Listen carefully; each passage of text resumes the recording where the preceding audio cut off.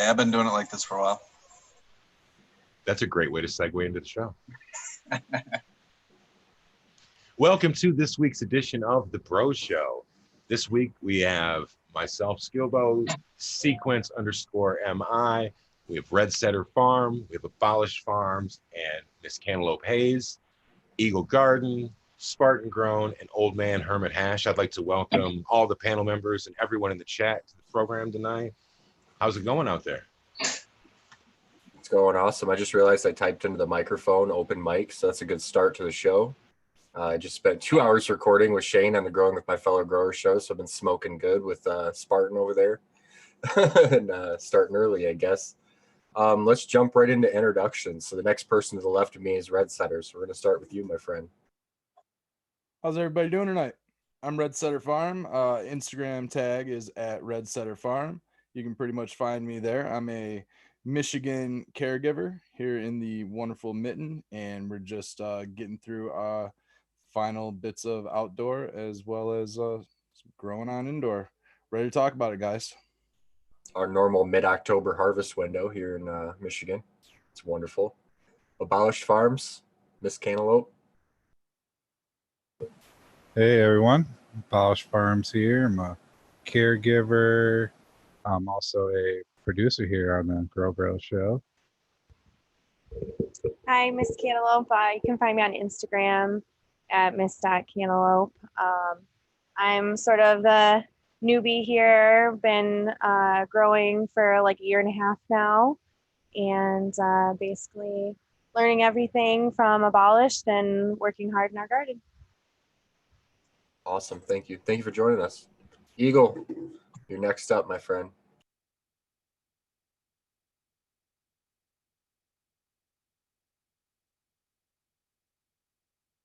I need music for this. Spartan Grown, go ahead, man. Hey guys, I'm Spartan Grown, and you know me on Instagram. You can find me at Spartan Grown or Mitten Canico. Old man's ready to light a joint. Look at he's holding it. I've been holding on to this thing, waiting. Yeah, Old Man Hermit Hash. You can find me on Instagram. You can hit me up at Gmail. Happy to be here. Looking forward to the chat tonight. It's always a blast. So I'm ready to spark up and get happy. Thanks, old man. Let's see. I'm trying to unmute you, Eagle. Are you there, my friend?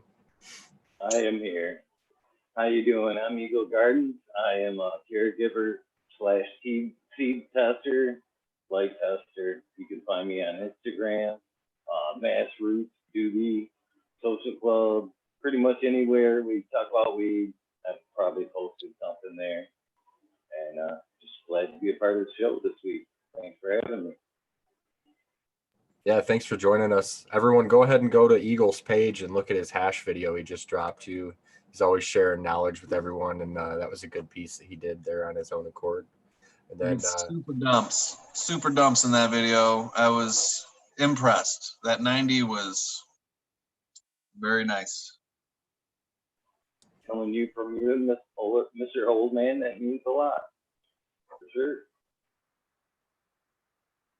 Old Man makes some incredible hash. I don't know if I've had yours yet, Eagle, but I've had Old Man's and Red Setters, and Old Man makes some incredible hash. Red Setter admittedly makes some different hash than Old Man makes, but Old Man makes some crazy melty hash that's really, really good.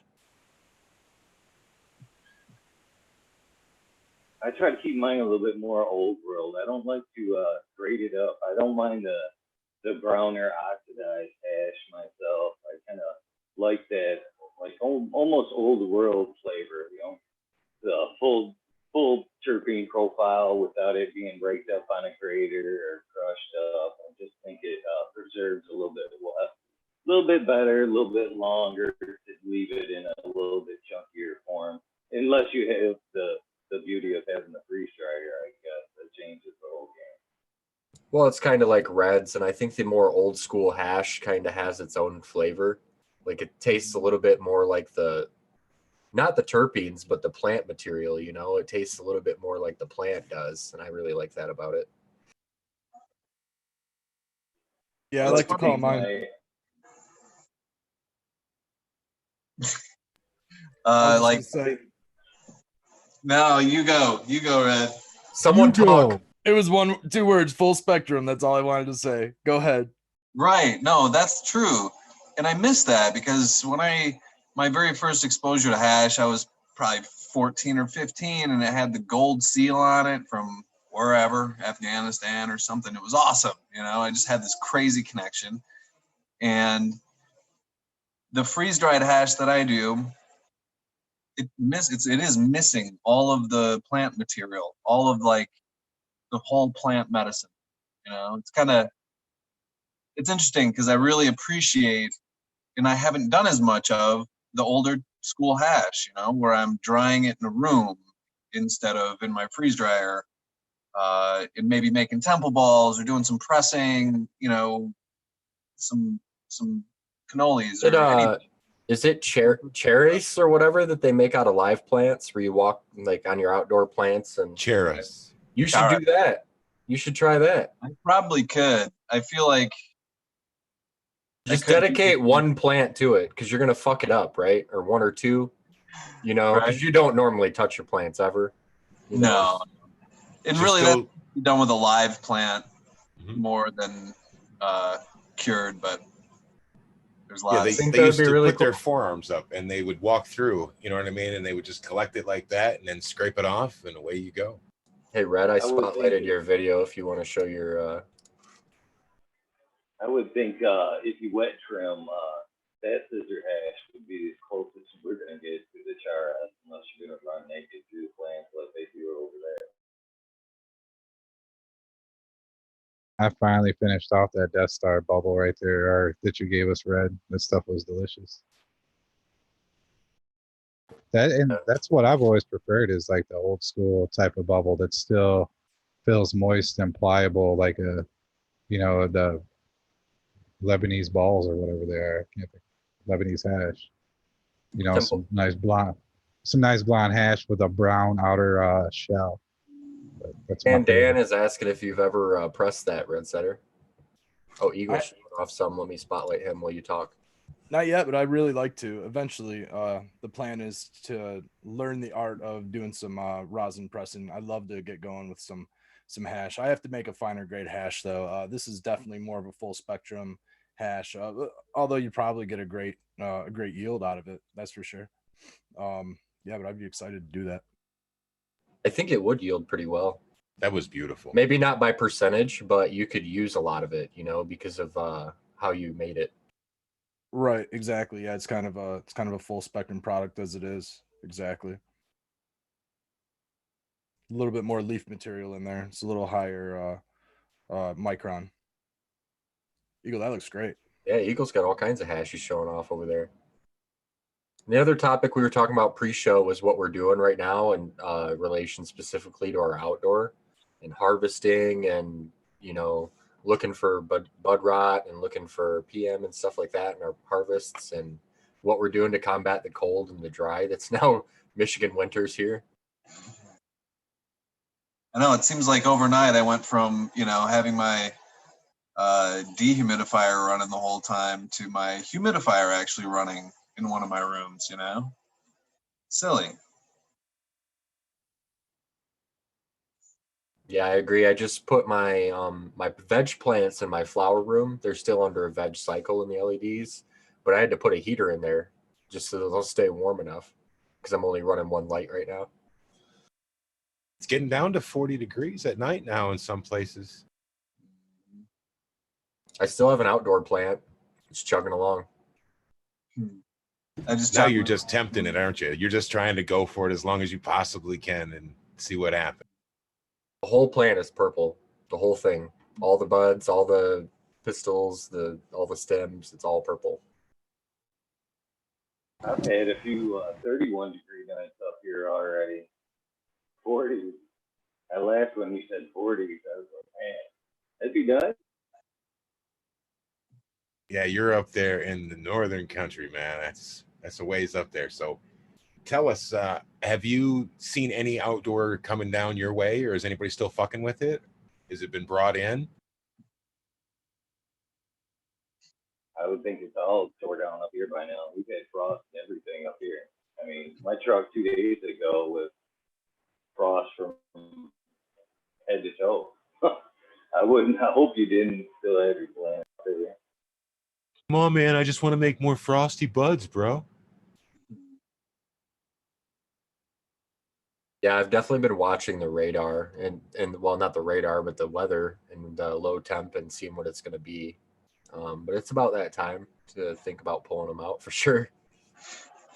I left one in my garden till this weekend and I cut it. But I had three of the same type. It was a caramello from Delicious Seeds. I had three of those in my garden. I cut the other two last week, but I let this one go just because I really wanted to see. I really felt like there was just more potential in these plants. Trichome wise, they were okay, but I just felt like if they just had 4 or 5 more days, they'd have filled. They'd have kept filling out a little bit. And this one filled right out. Terpenes are way different than the other ones that I've already cut. Just in those extra 4 or 5 days, I was kind of bummed out I didn't leave the other ones. So, it's a learning curve, right? Constantly with nature and genetics and everything else. I mean, it's always a wild ride for me. You guys know. Well, it's a fine line because next year you'll go an extra 5 days and then you'll kill all your plants. So Exactly. I just want you to know that your cat is silently judging you behind your shoulder. Jesus. There's 2 of them. There's actually 2 of them. There's one, the big one here, and then there's another one back there. The black cat's in camo, full camo.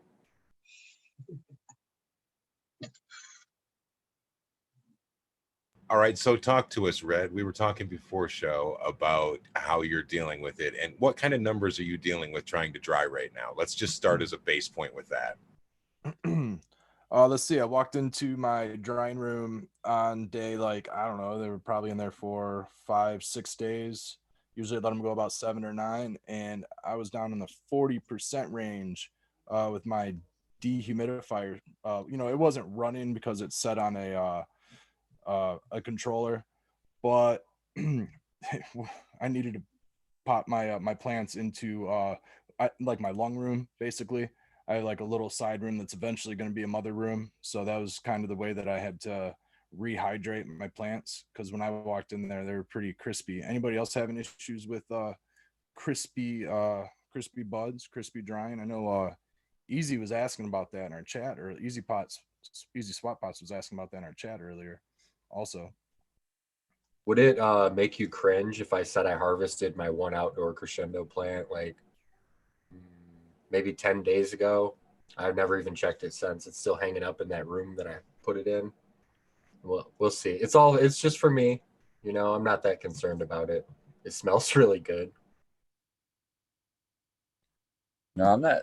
I don't know. I built a dry room for myself, so I seal it up like I do my flower room, and then I have an exhaust port, and I had that set up to when it gets above a certain humidity, it dumps the room, and just that kind of a thing. And I have an AC sitting in there, so that's how I do it. What kind of controller are you using to do that? It's just, I don't know what the name of it is, but is it an Inkbird?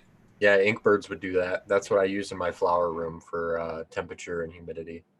Right. I have a Blueprint.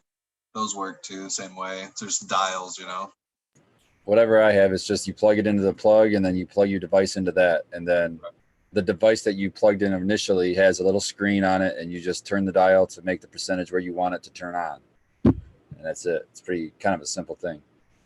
Are you finding it getting too dry in there right now? Because mine was like I was saying, it was 35% humidity. I definitely didn't need my dehumidifier or anything going on. That's a sealed room too. That's like a sealed. I mean, the drying space is a very large drying / workspace, so that probably has a lot to do with it.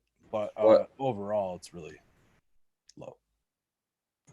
Yeah, I think I forgot to tell you a key point. It's actually attached to my flower room, which is sealed. So it's getting humidity from that flower room.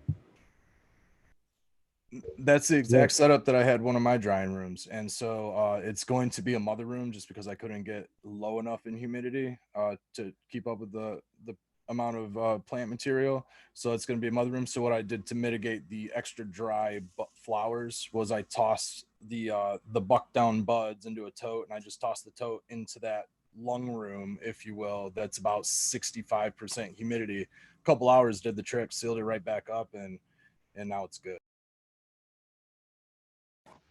What are you guys doing to treat the unwanted guests that are coming in from your outdoor plants to dry? Are you concerned about it at all? Yeah, I'm concerned. That's why I dry at my friend's house. Is anybody using the bucket tech where you're using the 3 different buckets?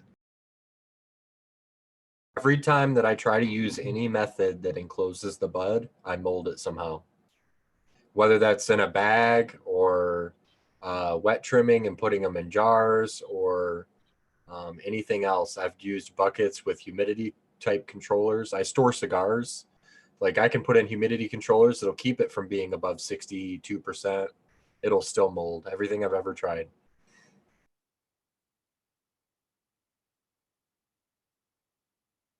A good old hang, dry, and cure, man. Yeah, man, that's how you get it done. I used to, when I first started growing, I used to cut everything off of the stick immediately and do the tightest trim, you know, because the people that taught me were like commercial people. This is back when they used to have the hanging baskets. Does anybody remember those? They would like zipper up. They'd be like 5 feet tall and the big round ones. Yep. But anyway, it dries really, really quick. And earlier in another chat, Sequence had made a point about if your smoke is like hay, you want to go into that for a minute, bro? Oh yeah, somebody had asked a question. It wasn't for our show, but it's relevant to growers.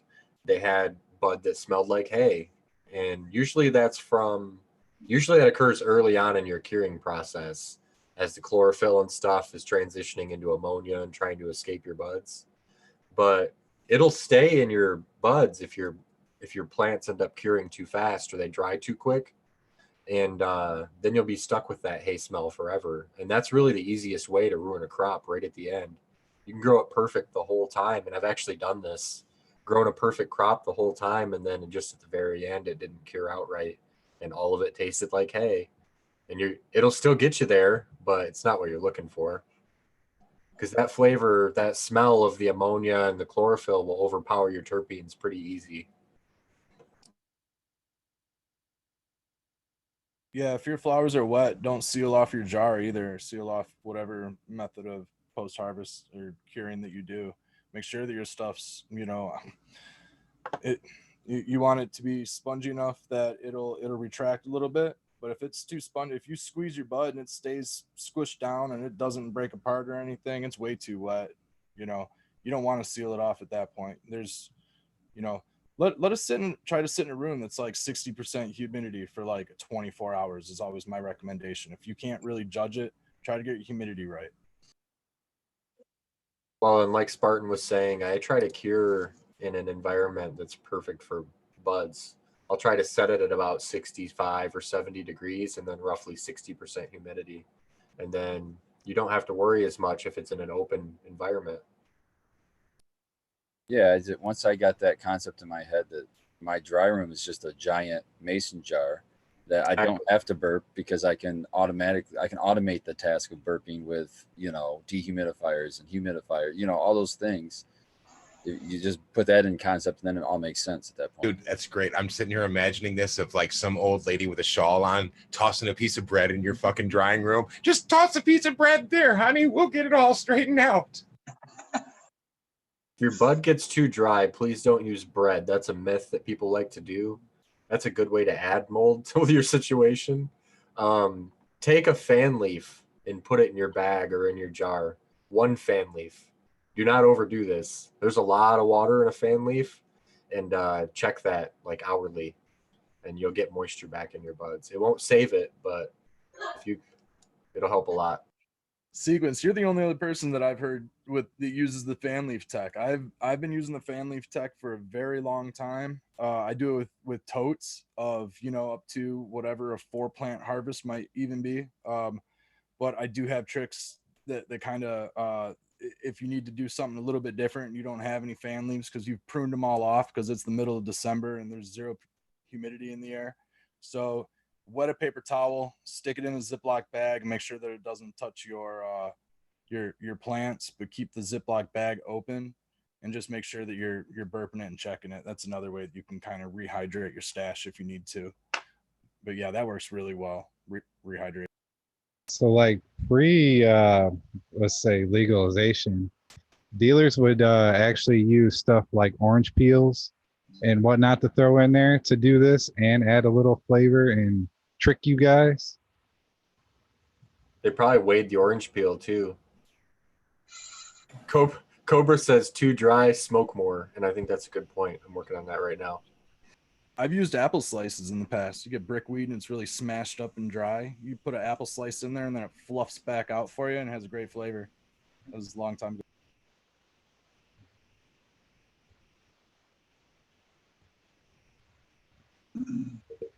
Yep, your childhood's ruined. You thought you had that special orange or apple cannabis. Nope. And OG.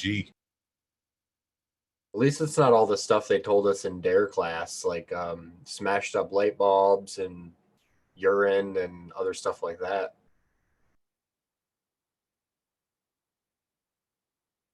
Scobo's rocking the lime and grapefruit fruit. And the free girly shirt. Yeah, man. Gotta support, man. I need a new one. My shirt lasted about a week and now it's like permanently stained. He needs like a dark version.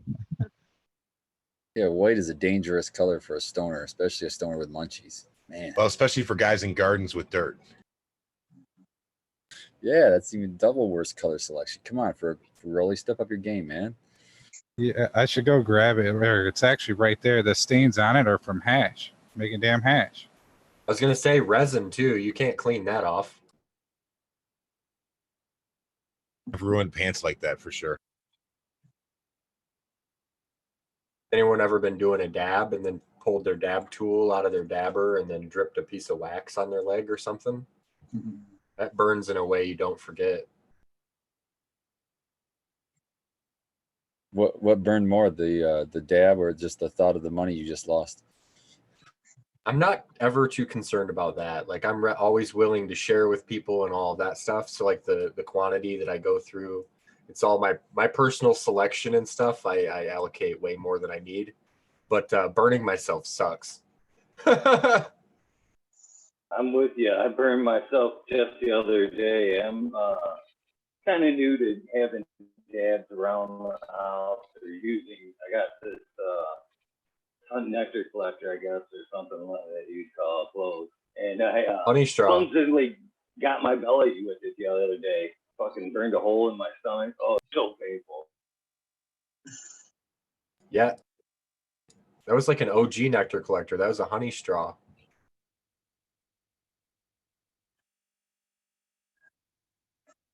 It was funny because it didn't hurt necessarily right away. It hurt like a day later. It like cauterized itself and then hurt like a day later.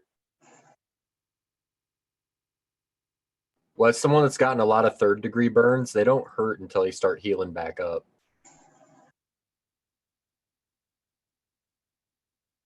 Then you gotta worry about the itch after the heal. That's the stuff that always kills me.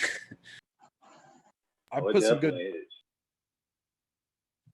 I put some good topicals on burns shortly after they started to kind of scab over, and man, did they heal up nice and fast and almost with little to no scarring. And I'm like from service industry, and I really have had some good grease burns and oven burns and things like that. Topicals, man, they work great. Especially if you use like the glycerin ones to do your extractions for it, those work great. In fact, like I had a really, really bad service industry burn and they weren't sure what they were going to have to do with it. And I just immediately started slapping the glycerin tincture on it and it healed within like 5 days, like way quicker than you think it ever should. And there is very little scarring and you don't get the pink skin as much afterwards. And I am fucking high.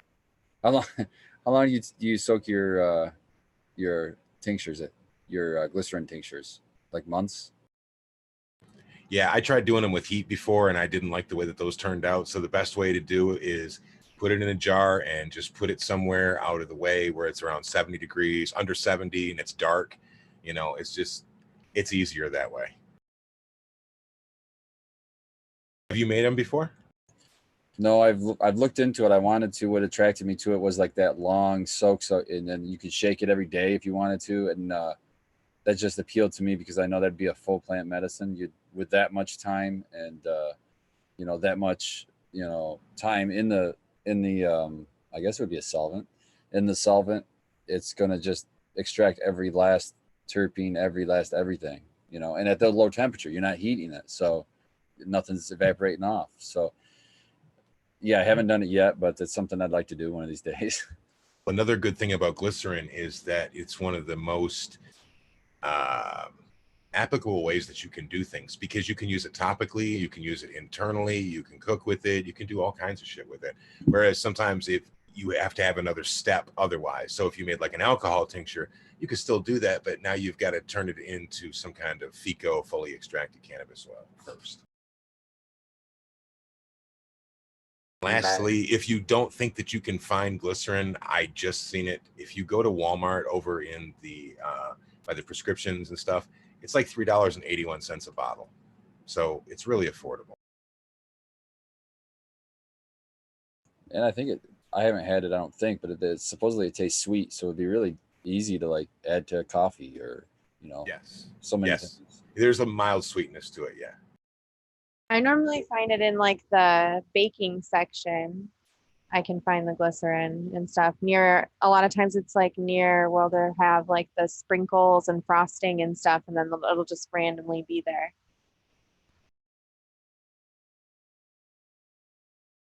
Nutrient Shoutout says they're grinding up menthol monkey from Exotic Genetics. What's everyone smoking on?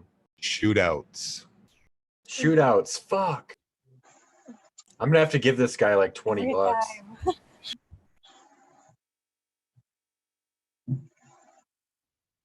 I'm smoking on a bud that I had saved. It's probably 2 months old that I was going to get tested at Sci Labs, but now that it's 2 months old, I'm not going to get it tested anymore. So I'm just going to smoke it, and it's amazingly narcotic. You will never believe what I'm getting ready to grind up and smoke. This is a 9-pound hammer from Eagle Gardens. Looks like his screen's frozen, but I got it from him at the cup, I think. It was wet and I had to dry it and cure it, but I'm smoking it now. That sounds awesome. And he gave me a cut of this, and it's looking really strong in my garden right now. Speaking of cuts, oh man, I made a cut of blue cough for you. So hopefully once it roots, I'll let you know and I'll bring her out there to you. I've got a couple cuts, number of cuts that you might be interested in. Sounds good.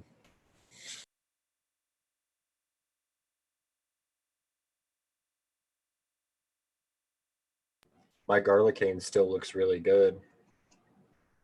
Is it getting, how big is it getting? The same size. It's just in a solo cup, rooting right now. Nice. Eagle, I was saying that I'm smoking on that 9-pound hammer that you gave me at the cup. He's bashful. Hopefully it cured up halfway decent for you. I had some wet blood. I can't believe this.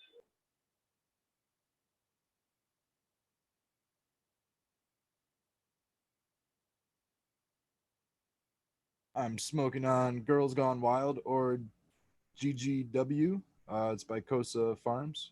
It's an incredibly purple flower. Let's see. Really purple. Yeah, it's pretty good. It's got a nice daytime effect. It's great. Kind of tastes like the candy Skittles and a little bit of black peppercorn. Really nice. I love peppery, spicy weed, man. You don't see that like you used to anymore. That's because Haze went out of style, and that was kind of famous in Haze's. I used to be able to get a black domina from back in the day that had that going on with it. It was like peppercorns and burnt rubber and kind of a skunky taste, man. It was so nice. I think it's beta caryophyllene or caryophyllene or however somebody you want to pronounce that. But I'm pretty sure that that's what's giving it that. It's either that or linalool, the lavender flavor as well. So pretty cool. Both are incredibly medicinal and great for pain. Good for happy. And for insomnia too. Me and Old Man got to smoke that strain with Red Setter when we were trimming, and that's a good one. Yeah. I hope you liked it. I hope it got you through some trimming.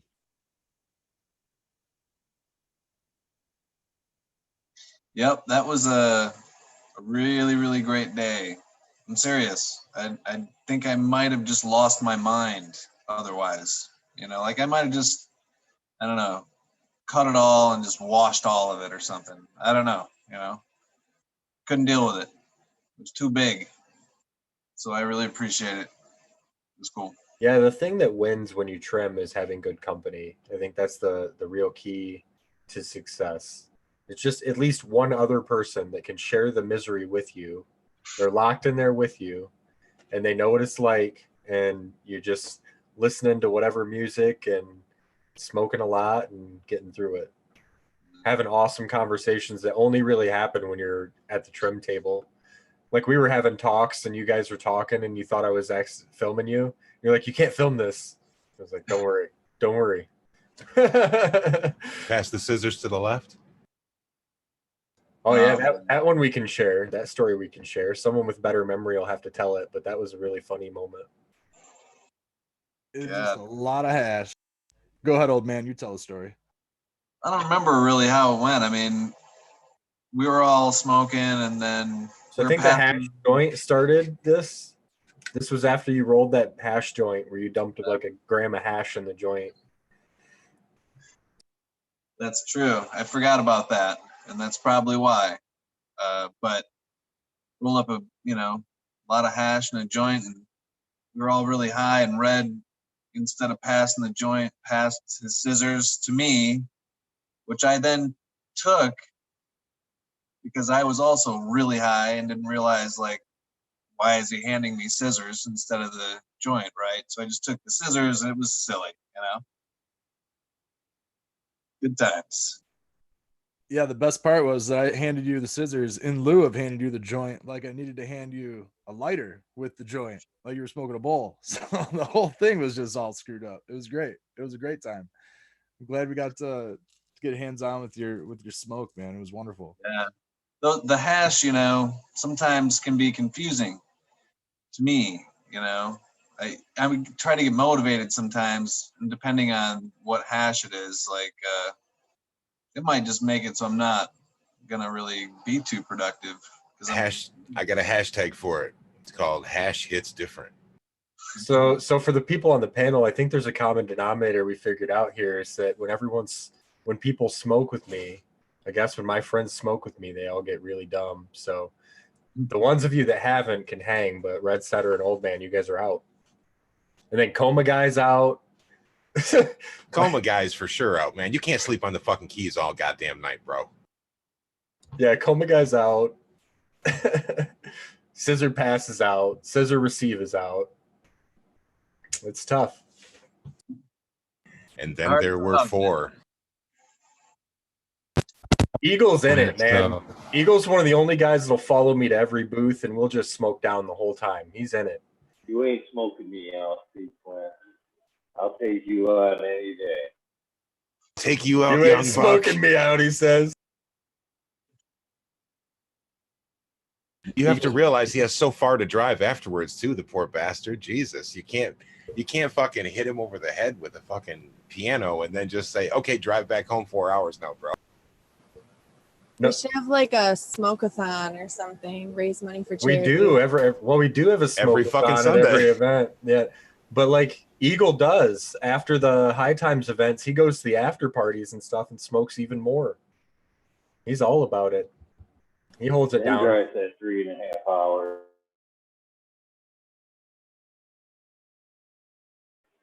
It's all a labor of love. It's a labor of love. And he hasn't lost his car keys not one time. Sequence is crazy. a good point. And somebody's got to do all this product testing. Why not me and Eagle? Yeah, that was a tough night in the car, man. I was cold as shit. I was grateful when we found the keys, though. As soon as we found the keys, I knew what was wrong. And then we were home. I had to drive, but that was annoying. That was an annoying time. But that drive home was probably the best fucking drive home you've had in a long time. It's like, yes, it's nice, warm. I was absent that day. Sequence was probably trying to make up for my loss. Yeah, it was an experience. Coma guy was there, and he was present. He was asleep. He was there in body, if not spirit. Miss Cantaloupe's going. He was there.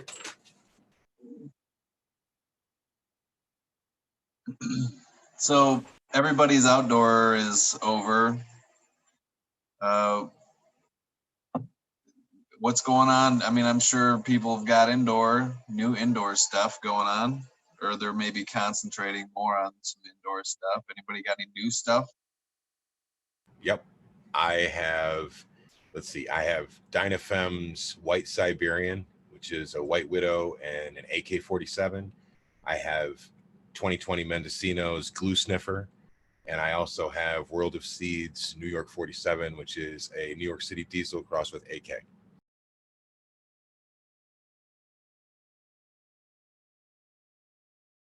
I started some new seeds recently. I started 2020 Mendocino's Sour Strawberried, and I started Ethos Genetics OKC, which is Orange Kush Cake.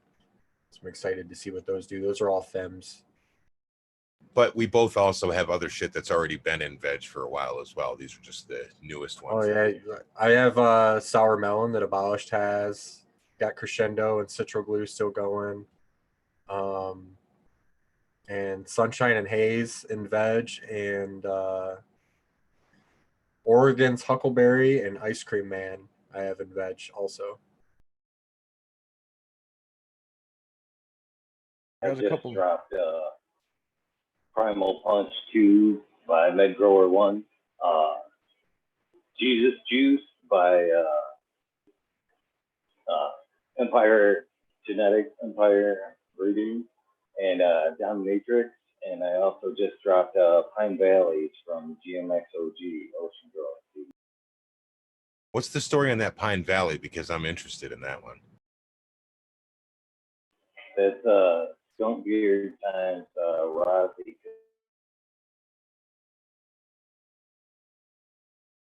Something different. That'll be interesting for you. I'm hoping for the Pine Church. I hope it's got pine. I'm hoping. I love them pine turfs, and that's actually the turf I'm looking at. Is a nice true piney turf. Hopefully heavy piney. That's what I want. Old high school. Just walk through the forest, bud. I really miss it. And that's the turf, and that's my quest right now. That's why I'm chasing that AK, man. It's to help keep the brain fog away. The pining, alpha pining in there really helps for clarity. And as we've spoken on, I think it was on your initial podcast that we did with you, the second Bro Show, we talked about walking through the forest and how when you go through where all the pines are, you feel uplifted and everything else. And that's what you're getting in a lot of that older 80s weed. You know what I mean? Like, that wasn't me, but I believe what you're referring to is like a Chinese forest bath. I believe is what they call that. They walk out into the forest and the natural pining from the pines there is how they bathe in it, get it on their clothes, and take it in there. I often talk about that. Might have been me talking about that with you. I talk about that all the time because I talk to too many goddamn people, forest. Man.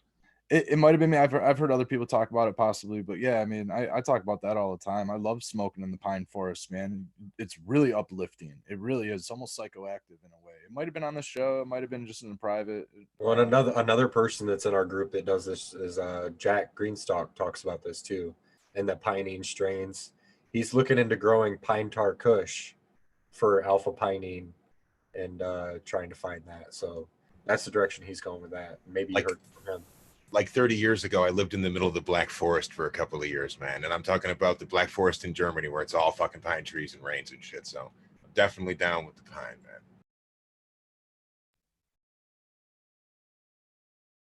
This 9-pound hammer has got a really good flavor to it, old man or Eagle. Good job. I was thinking about old man because he just had technical difficulties and dropped out there. You're gonna really enjoy that cut. Not just for taste, it's a good yielder. Even what I gave you, again, I can't believe I passed something away. What you'll find out is that are large, nice, dense nugs, and that thing's gonna finish up for you right around day 48 when you pull them. It's a quick finisher and a heavy yielder.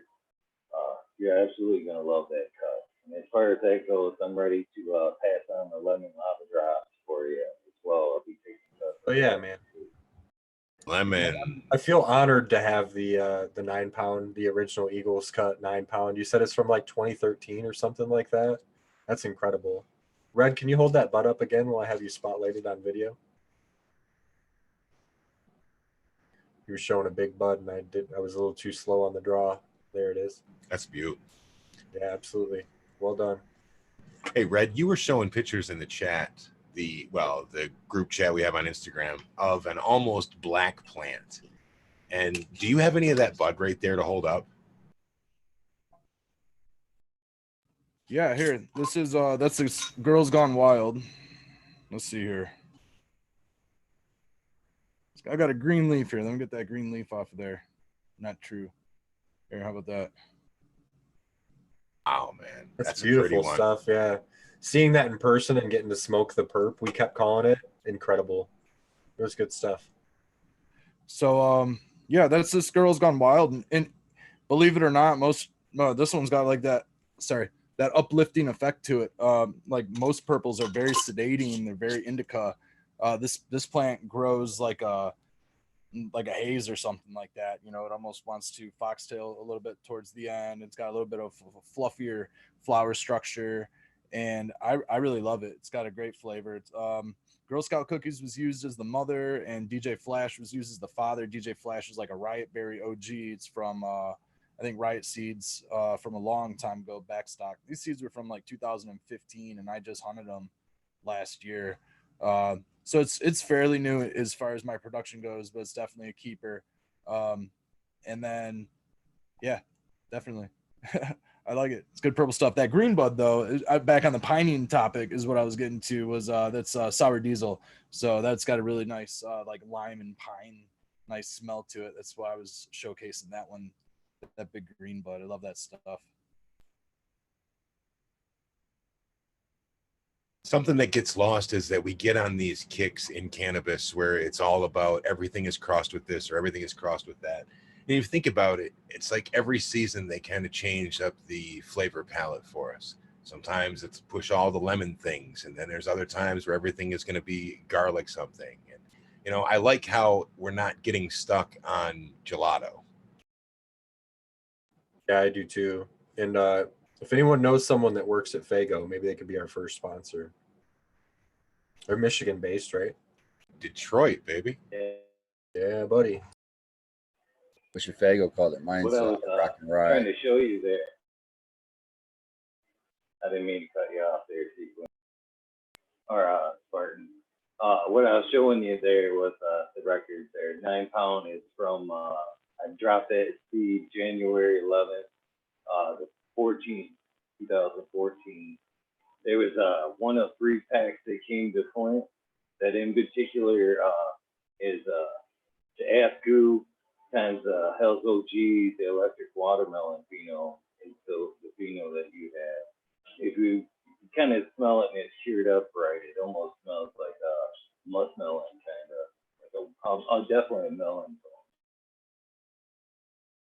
Awesome. I'm really excited to have it, especially you said it's a fast flowering, high yielding type strain. You know, that checks multiple boxes for a grower, definitely. And growing it, I've had it now for over a month, and it's very healthy. It's stayed healthier than my other plants. I've been really relaxed on how much nutrients I've gave my plants in veg and let some of them yellow out, and that one doesn't. Like it's strong. So either that's a testament to you as the grower that had it before me, probably some of that, and then some of that's the genetics as well. Either way, I'm excited to have that damn plant. I'm gonna take a clone off of it. I was bummed when I That got to girl the is bottom of very my bag on reasonable. it.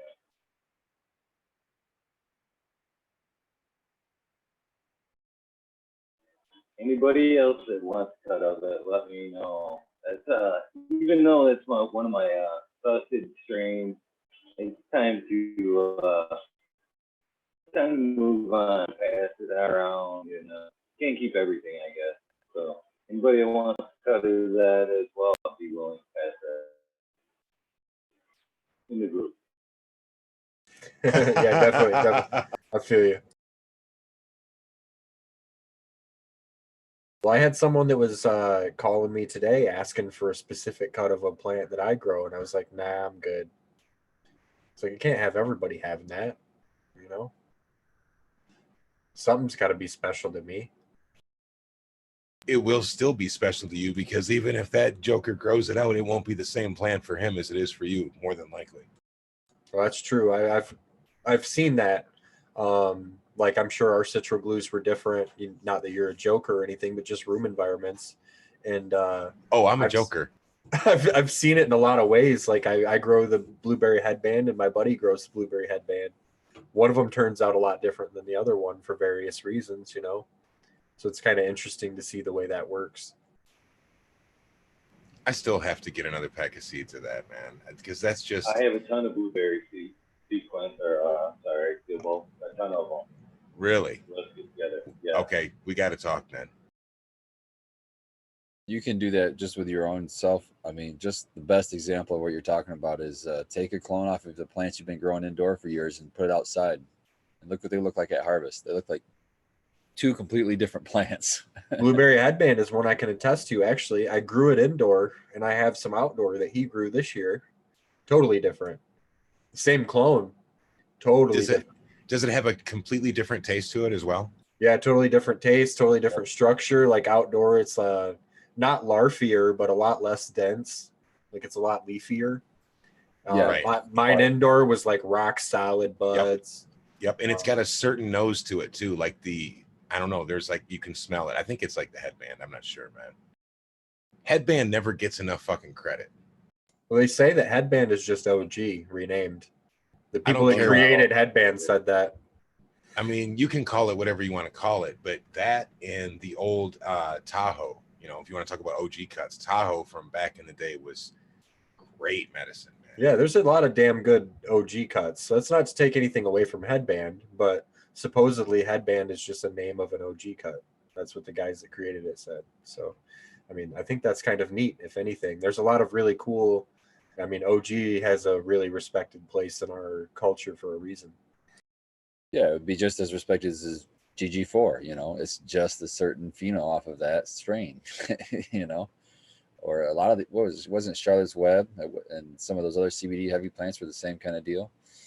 Cannatonic number 4, you know, Gelato 43, different things like that, I believe are our phenotypes.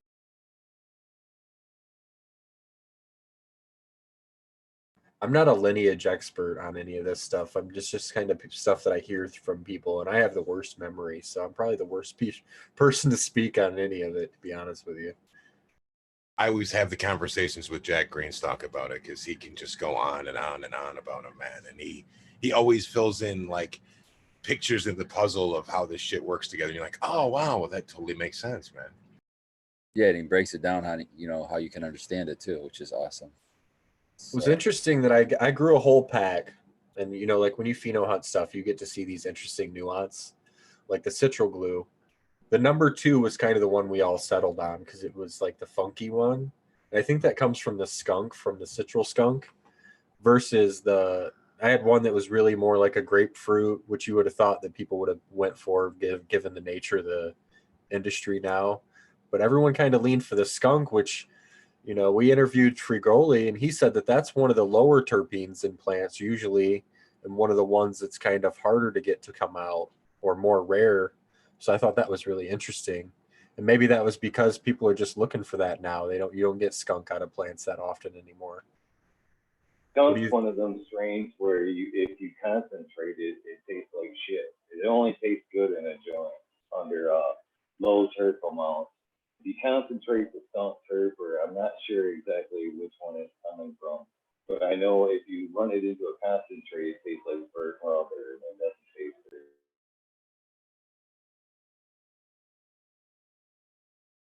I've actually never even seen it really in concentrate aside from the like lime skunk that Fergoli has run before.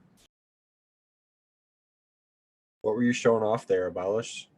Oh, he doesn't have headphones on. He can't hear me. I was showing the skunk number one. I finally got a female of. That was the clones. About to be flowing her out in about 2 weeks. Probably one of the things, or one of the strains I'm most excited about growing in years. I Oh, want I that know. one. Yeah. Oh, Skunk, yeah, for sure. Skunk one, like, and you're getting into breeding and stuff like that. That's definitely a strain you're going to want to play with in relation to breeding things, I would imagine.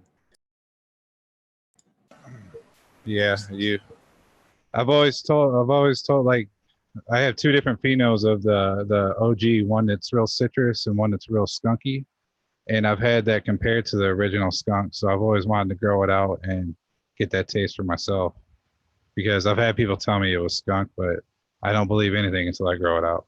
Or one of my trusted friends. Well, now that you have Skunk one, what's something that you want to cross Skunk one with? And for what purpose? Shit, the OG does. Yeah. I mean, if it all ends up working out and they're two different things, it would be the OG. What do you think you would get out of that? Do you think the OG would dominate the skunk, like Fergoli says? The skunk, it kind of sits in the background a little bit. You'd have to hunt it. You'd have to hunt that, Yeah. Basically do 20 of them and try them and see which one it is. The nice thing is it would be feminized because I'd have to let the OG. I actually, if I did it, I would let the OG herm and pollinate the room, and then go from that route. Like 16 weeks. Yeah, something like that. It's not going to take that. I've seen the OG do it at 10 before, easy. At least popped in the little yellow nanners, but I've seen a full out revert, like dangling crazy looking nutsack coming out of a bud at 10. Damn. Okay. Note to self: don't get carried away, Skilbo. I just pulled out some big dangly nut sacks out of my veg plants, and I was surprised to see them that big in there. I'm glad I was looking because, man, that thing might have shit everywhere. Abolish, if you're looking to push an OG to produce bananas and you want to speed it up other than running it super late like that, from my experience, if you hit OGs with a heavier nutrients a little later in flowers, 7, 8, they don't like that. And they'll throw a banana for you right quick. Right when you should start be lightening up a little bit, push it a little bit harder, and that OG will definitely throw some bananas for you. That makes sense. Yeah, I never heard that Hit before. that baby with That's some good cow news. mag. Yeah, I have to go over to one of your guys' houses and borrow some bottles. I got some Go in extra there. bottles, dude. I got that Salt Life sticker on my car, and everybody thinks that I'm a surfer, but really, nope. Just plastic bottles littered my house. I thought Salt Life was Everywhere. a soccer mom thing. Or I can see which company wants me to do like how I did with the fish shit sample and just dump the whole sample on the top and water it in, see what happens. Yeah, I'm gonna have several half bottles of stuff now that I'm done with my last nutrient line. So I don't know what I'm gonna do with them. Maybe I'll use them outdoors or something. I don't know. The Jax is so cheap now that I've switched over to that. I've really enjoyed the transition. The plants have responded well. I guess it's a good time to bring all this stuff up. Plants look really good responding to the Jax, and it's easy to mix, really fast. I think doing whole res is going to be just as fast as doing a couple gallons at a time. It's amazing stuff. I can see why Red uses that as a product.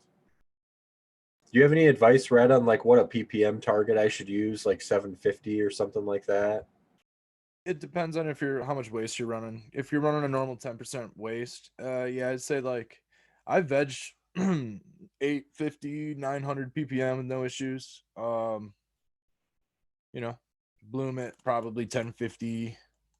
You could bloom it like 1200 if you wanted to, if you got enough waste. You use Epsom salt always? Yeah.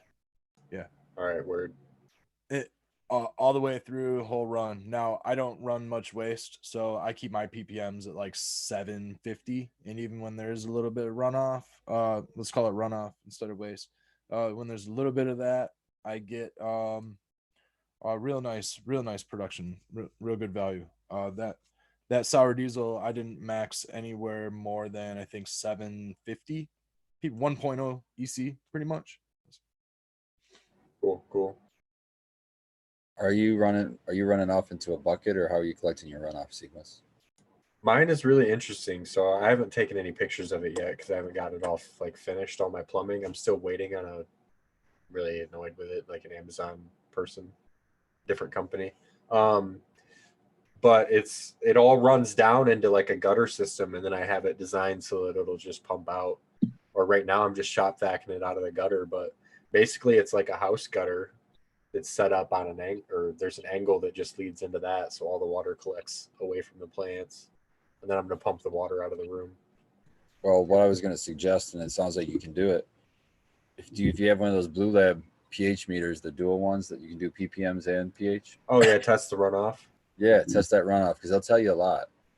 Yeah, I can do that for sure. Yeah, it's a real quick check, and it'll just tell you, okay, when I ran through, I know what I put in there. Now, when you look at what's going on coming out, it can tell you a lot, whether you're overfeeding, underfeeding, all kinds of good stuff. That's a good point. The first time you do it, you're going to be like, oh my God, I can't believe I've got that many ppm sitting in this pot right now. Holy shit, I need to flush Usually it's only really high if you do feed too much, or if you do need to flush really bad.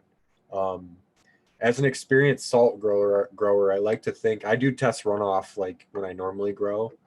And that is like, if you see a lot of burn tips or leaf problems, and then you test your ppm, you'll notice it's really hot a lot of times.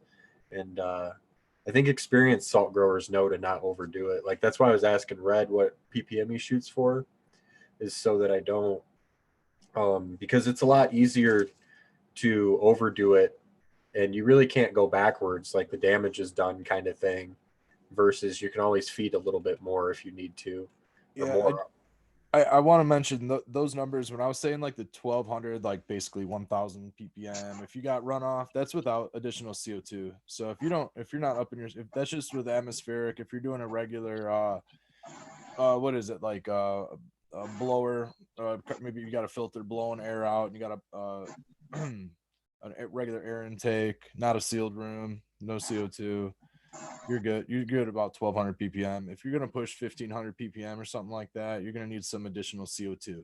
So it is possible to hit like those numbers if you wanted to do that. But then keep in mind, that's going to be in your runoff also. So, well, what I kind of was trying to get across was it's another tactic you can use if you have the option to use it, and it'd be so easy for you because it's just right there. You can pop in both meters.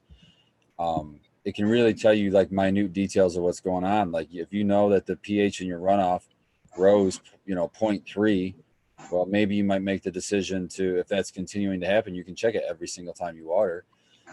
You can say, okay, maybe I want to water at a lower pH if I want to bring that runoff down, to bring that root zone to where I want it. Where if you never checked your runoff, you wouldn't know that information. Or yeah, it's going to be a lot easier for me to check it now than it was before, like 100%, because of the way that it's collected. And like the way I always usually will do it is I'll notice a problem and then I'll check it, versus checking it all the time, which is what you should probably do. But I think as you gain a little bit more experience, like you can see a problem in a plant really like the first day that it's there, and usually you'll know to go ahead and start looking for that. Yeah, I'm just I guess arguing from the more commercial setting. It's like if you have a way to check that runoff, it's going to give you. I love that. It's going to give you a day or 2 days advance notice before you can even see it, and you can get rid of it before your eyes even catch it. Like just something as simple as I'm watering it at 700 and the runoff is 1,000. okay, I'm not going to feed as heavy the next day. You know what I mean? Something like that. Yeah, You're not going definitely. to be able to see that in a plant real easily.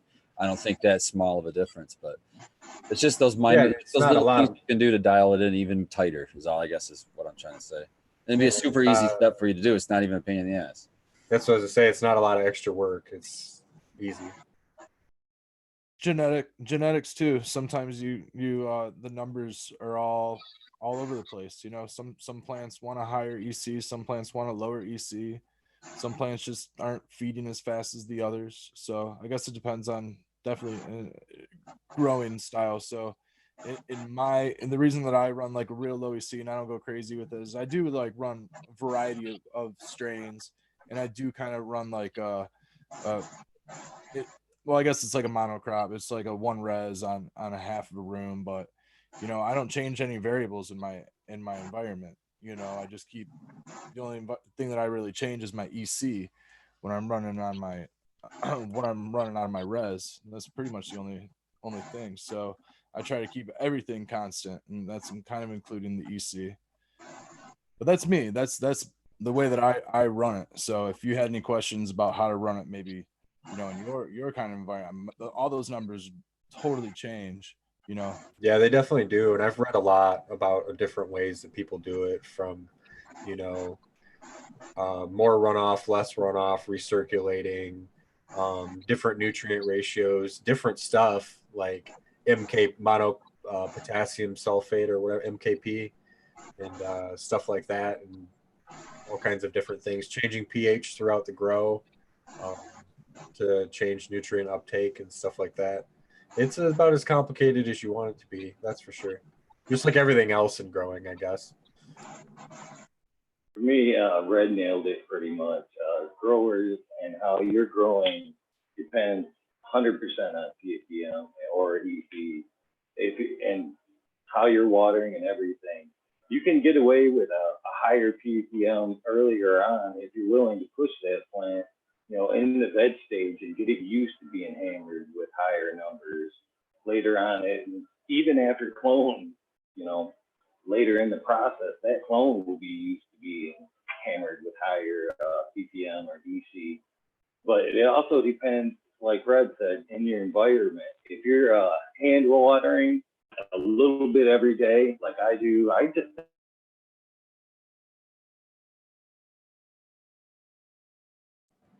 Oh, we lost you, Eagle.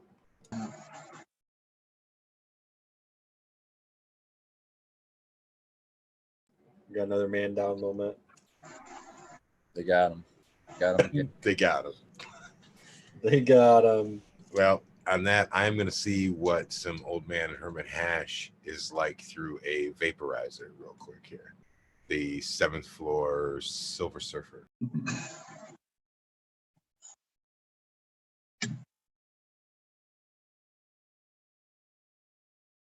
oh, there we go. I guess I never finished off saying what I have new in the garden or new in my testing room is strawberries and cream. I might be keeping around by Exotics. That one's smelling pretty fruity. We'll see how it yields if I for round 2 and phase 2. But right now I'm on day like 30, I think, on flower, roughly about 30, 35, something like that. And man, I'm getting some really good flavors. I think I was going to keep. I looked at that one pretty hard when it was available for purchase. I didn't end up buying it, but it was on the close look for sure. It was a pocket breaker, that's for sure. It wasn't cheap, but it was. I think it's gonna be worth it, man. I got a nice Pinot. I wanted to bring up something that shout out to Smiley's Garden in chat.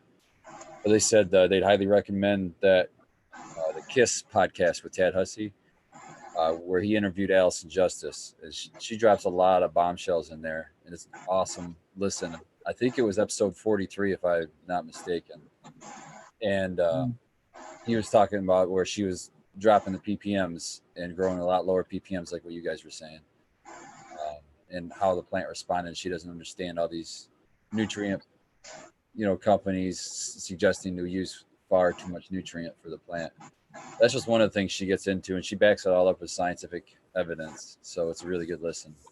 Yeah, I love that. And I think you see that a lot from the experienced salt growers, quote unquote, But like there's a difference there. you very first start, you read the labels a lot. And then when you stop doing that, really start looking at the plants, and you start giving them a quarter of what the label says or less, and the plants still look the same or better, you're like, okay, well, something's going on here. You know, why am I giving it all this shit when I probably, and then you're wondering why you're paying for it all too. So there, there's a reason why like Red's been doing the same nutrients for 10 years and kind of settled on this method. Kind of comes from results. And it's also because there's so many that I have such a broad variety of genetics that it would take me years, just cycles and cycles and cycles of a huge variety of plants to be able to really dial in what numbers each genetic requires at what phase throughout veg and throughout bloom. So the way that I run it is, just real streamlined, and I'm able to just run my varieties that way. And then if I need to adjust, I do that with groupings and the way that I propagate. Well, we've got a couple, like I have 2 reses, right? But then at the same time, like we like to say, like if you don't fit one of these reses or one of these nutrient cycles, like you just don't fit. Like get the fuck out of the room. We'll find one that does fit, or the pheno that does grow with this nutrient cycle. Why change everything for one plant if you can't help it? It might be worth it. Some of them are worth it, but a lot of them aren't worth it. Like we talked about the Mac and how slow it grows. Like maybe it's worth it, maybe it's not. But I'll tell you what, I'll grow it and then make that decision. I'm not going to make that decision until I at least get to grow it. Yeah, I agree. Me too. I always end up running shit twice at least, because I'll have successfully taken clones before I flipped it to flower in case it's a keeper, and then be like, oh well, it really wasn't what I wanted. But I'll still run those other clones out. I don't kill them off or anything like that. And then sometimes you get surprised, because as it veges on round 2, you might find that it ends up being a little bit different plant for you, as it has adjusted somewhat to either your environment or what you're throwing at it.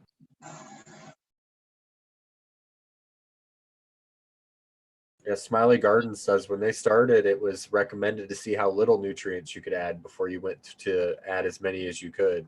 I think that's a good point. And what we try to do now is see how little you can get away with before your plants start to turn lime green on you, and then slowly bump that number up.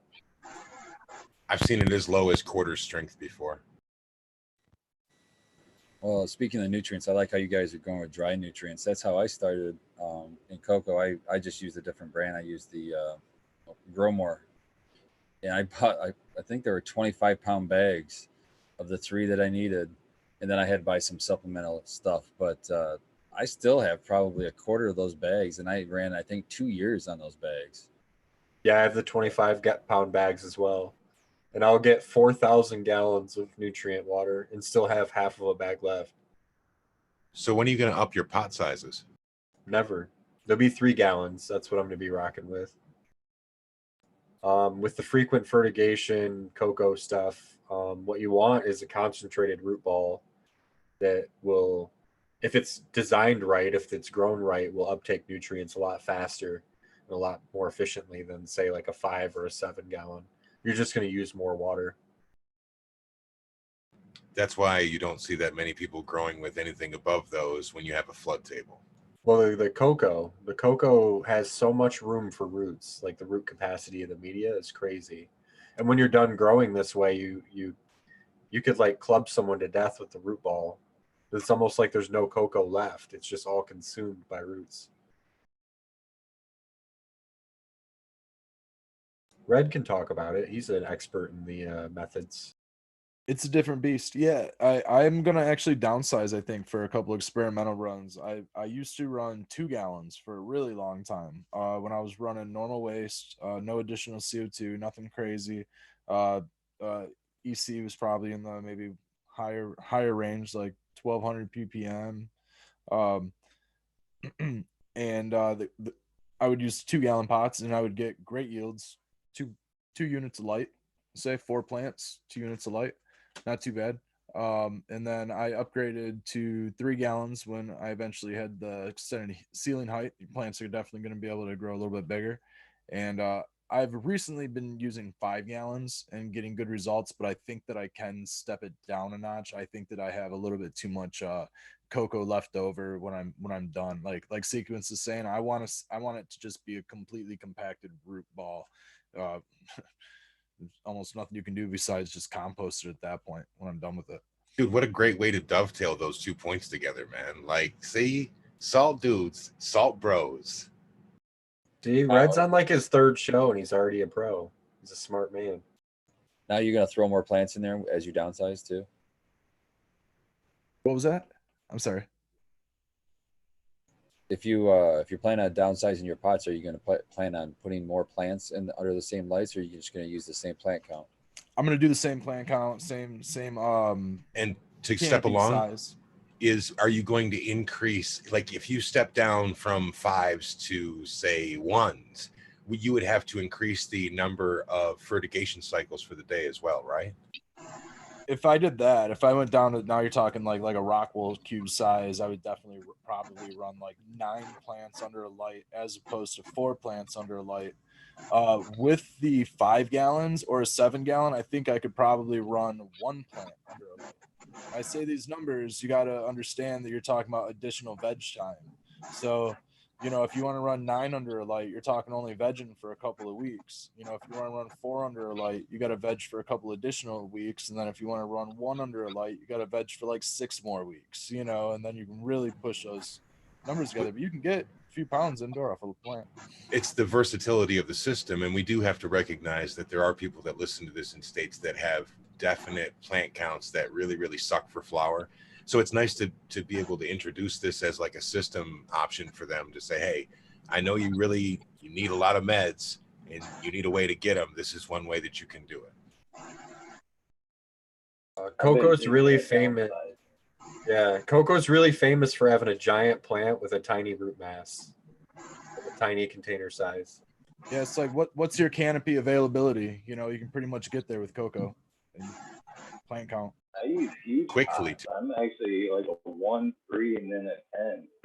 And I've been thinking about auto watering, but what I've done is to dial back my watering and step up a little bit twice a day if it needs it.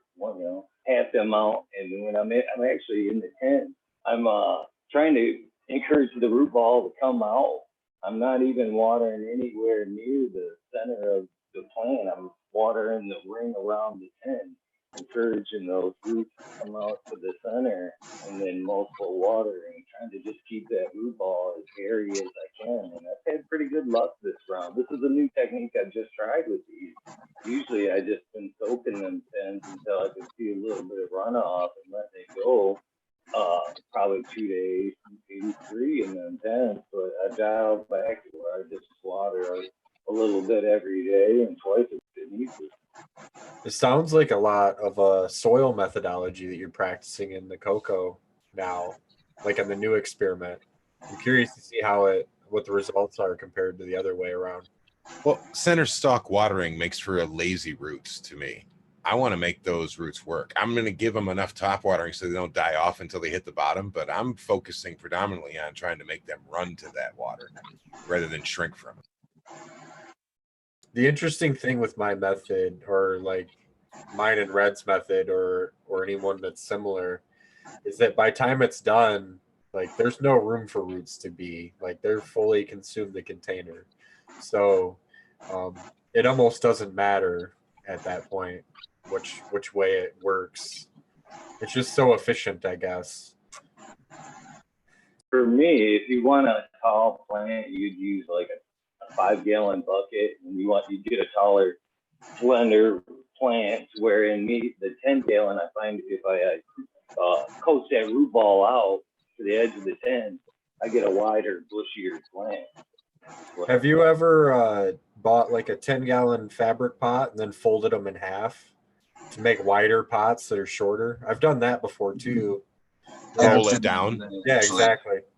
I took some 7 gallons. I took some 7 gallons and I folded them down to maybe like 4 gallons or so. And then my idea is to top dress with some stuff, maybe up a gallon or something over the course of the next month or couple months, Yeah, and your roots will be in a lot more of a nutrient-rich layer, you would figure, because they're only like a foot deep instead of 18 inches or 24 inches deep. And then another thing with this process that I was trying to say before my internet this fast cut off was I'm finding I can push in being in cocoa. I obviously am watering with salt, and I'm finding I can push that number up a little bit with the multiple watering because I'm pushing more oxygen through the roots with the multiple waterings rather than soaking that 10 gallons and letting it. Cocoa's airy anyway, so I'm not drowning out the plant by doing Right, that. exactly. Finding that letting that process really driving more air into it with a little bit higher newts, I'm definitely seeing more positive results. I'm hoping to water as many as like 5 times a day with this automated system here going forward. We'll see, but that's the goal, and you get insane results when you do that. I know it's not. Even if I were, I'm sorry, Spartan, but if I were, even when I switch over to the watering, auto watering, I don't even think I want to see, very little, if anything, come out of the bottom of that pot and have multiple waterings per day. I honestly think that you could get away with watering constantly through cocoa as long as it drains, as long as it's aerated. If it's water falling through the air, it's going to catch aeration, and it could go constantly through cocoa as long as it can drain through. Drip rings. That's what drip rings do. I bet you could have a constant drip. Yeah. Yeah, that's something I was explaining in the frugal group is they can let their plants sit in the water the entire time, but the plant's not gonna perform as well as going in there and doing a light watering, every so often. Well, the thing Soldier about the can't drain fight. to waste is because the waste is always going to have somewhere to go, so it's not going to be like stagnant, like if it's sitting in water necessarily, but the water will just keep on trucking right through there. And cocoa, its saturation point still holds enough oxygen, which is where it really holds an advantage over soil. Soil has to dry out a little bit for your plant to get enough air. Yeah, you don't want to let cocoa dry out either. Make sure they add that point in there. It's not like soil where you want to give your microbes a chance to kind of breathe and stuff like that. You're actually just more or less just keeping it totally saturated all the time. Yeah, it's totally works just fine. Don't let it dry out. That's for sure. Yeah, if you let it dry out too much, it will pull the salts into the cocoa and allow for a quicker buildup.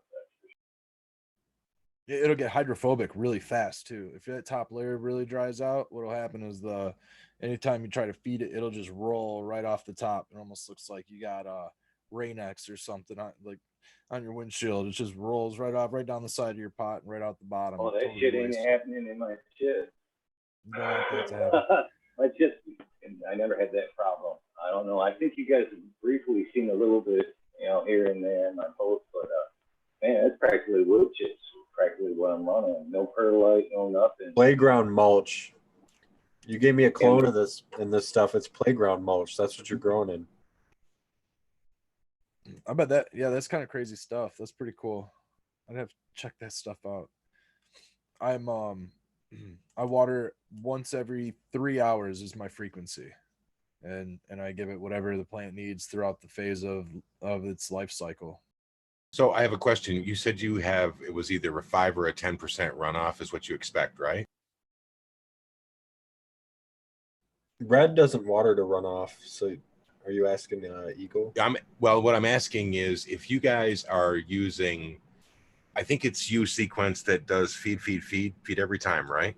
Yeah, we all do actually, I think. Okay, so if you're doing that and you're feeding 2-gallon pots, I'm stupid, so we're just going to work through this. So we're feeding 2-gallon pots, and if we're feeding them 3 times a day with nutrients every time, how many gallons of nutrient am I going through a day? Realistically, you go through the same amount because the plant needs the same amount of water every day. So what you're doing is just keeping the root in a constant, perfect environment the whole day. Instead of having a big watering event one time per day, you just split it up into several smaller ones. and use the same amount of water.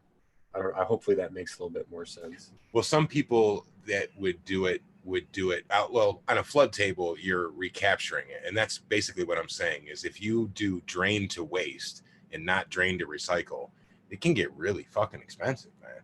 Well, realistically, you use the same amount of water. So like even if you drain to waste every time, your saturation point of your cocoa after your first time, let's say you go to water again in 8 hours or something, it's going to take less water. So you use less water. And then you go back 8 more hours, it's going to take less water.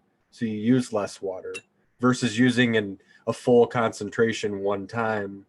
That becomes difficult with automation though, bro. You're talking about dialing in 3 different amounts for one day, right? Well, you just measure your runoff per day. So if you use a gallon of water in a day and you have half a gallon of runoff, you know to dial that back a certain amount. It's pretty simple. Skillbo asking the stupid questions. No, it's cool. We educate people that way and stuff like that. But that's how we would go through it and figure out how much water we would use. Definitely. Yeah, and when I talk about running this low EC, I don't run runoff like you guys are kind of talking. There's nothing coming out the bottom of my plants. If it is, it's just a slow feeder compared to everybody else. In which case, over time, I end up adjusting the drip emitters and then backing it off, and it starts slowing down its drip rate and things like that. But I'm typically never in there with a shop vac or anything, vacuuming anything out. There's little waste. Everything gets tossed or composted. What I'm going to do is I'm going to design my room to water without runoff every watering of the day except for the last one, and then have one event that has a little bit extra to just kind of flush the media out once per day. I do that a little bit during that time, around flush time, or the last week or so. I'll give it a couple little extra spurts of a little bit, maybe an extra minute or two running out of my timer. It's all automated, I'm not in there by hand. At least that's my flower cycle. I understand wanting to save nutrients and all that, but I think the way the medium is designed is just to completely flood it and exchange what's there. It's like a sponge that's being emptied by the plant. You just take away what the plant didn't want, flush that out, and then have only the new. That's why they usually say about 10-20% runoff. That's so you get at least the old stuff pushed out, and then replace it all with a new nutrient solution that you just watered with. I think that's kind of the advantage of cocoa. So I've always been concerned about the recirculating aspect of any kind of hydroponic system, because what's going on is your plants are taking some of those minerals out, and you don't know which ones exactly without some serious scientific equipment. I mean, your basic EC meter is a couple $100, and that's going to give you a ppm range, but that's not going to give you a ppm range for each nutrient. That's not going to give you 200 ppms where the nitrogen are being used today or anything like that. So it's strange to me in recirculating systems when they get down to having to like top off your reservoirs and things like that, when you just let's say it's a half filled reservoir today, so I'm just going to top it off. Well, you're topping it off to your certain EC, but you're not exactly, your minerals are going to start being out of balance eventually, compared to what the manufacturer recommendation is on your packaging. So what I've always kind of thought about that aspect of it, maybe there's something different, but I think that the only way to remediate that is to let your res run dry, or you have to completely refresh it at maybe like once a week, and you have to like dump out 50 gallons of a recirculating res anyways. No, I think I'm wrong. I think you're thinking about it a little differently. First of all, I was talking about a drain to waste situation, but I know that, and I'm saying like the reason that I stick with like the drain to waste as opposed to like the recirculating, right, and just kind of staying on your topic as well. But to answer your question about the res, the plants aren't pulling anything from the res. Well, I guess you're right in the recirculating. I guess it just recirculates through, and when they top it off, they're topping it off with the correct nutrient balance. So the unbalanced part of the res situation is usually switched out at least once a week, where they usually dump the res or let it run dry, like you said, and then do a whole fresh res change, and that's how they try to combat that imbalance that they would run into for sure down the line. That's So the also only why you can't just add nutrients, because I was going to segue into this. Let's say we start with a 1-1-1 NPK, right? So in the first week, we use all of the nitrogen, so that's at 0. We use some of the phosphorus, so we're at 0.5, and we use none of the other, okay? So the next time we add 1-1-1, what's the actual NPK ratio of that soil that's never draining out? I have no idea what it is. And if you don't have runoff and you're undersaturating your pots, unless you're getting your soil tested, it would seem to me that you would really stand a chance to have an imbalance. Yeah, and the only reason that I brought it up, and I didn't even mean to like confuse or switch topics like that, but I just wanted to like kind of state the obvious point that there's really no perfect system when it comes to like waste, if you will, when you're dealing with like the synthetic sides. So if you're run like a drain to waste, you're gonna have that 10% waste. If you're gonna do a residual buildup, you're going to throw away your root ball. It's gonna end up in a facility. If you do a recirculating, you're going to end up dumping your res once a week. So that's all that I was kind of. Yeah, but to go back to what Spartan was saying, that's why they tell you to change your res at 7 days, not to try to let them run for 21. You're like, well, shit, I got enough water. It didn't drink all the water in this. I'm still good, man. This is like a lot of money. I'm just going to run it. Or better yet, I'm just going to top it off. I'm going to take a guess at what this EC is in here, or this PPM. Well, what's it sitting at? 650? Well, the pH is kind of drifted up. I think I'm going to add some pH down to this too.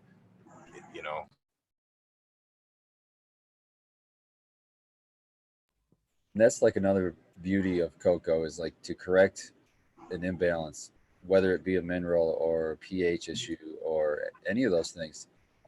To fix it, you don't have to be a rocket scientist. Just mix up a new batch of solution at the correct pH, at the correct balance that you want it, and just water the crap out of it and make that soil that, or make that cocoa that. That's all you got to do. Whereas the soil, you're not going to get away with that. No. Yeah, I've ran into a situation before where I've drowned my roots because, you have like fungus gnats or something like that, and you do a nutrient watering, and then you want to water in some sort of a root drench or something like that. So you do that, and then you realize that your roots have been wet for like 7 straight days, and then your plants all wither away and stuff like that. So you be careful of that. Be mindful of it for sure. In cocoa, that's never a problem, like ever. For one, fungus gnats don't exist in cocoa as far as I've ever been able to tell. And you can't overwater cocoa either, as far as I've been able to tell. Well, that's the thing, though. In cocoa, you can get some fungus gnats if you keep it really wet, and you have some. But I don't know where the fungus gnats are going to come from. But if you bring them in there, they'll love that wet cocoa. Eagle showing off the goods.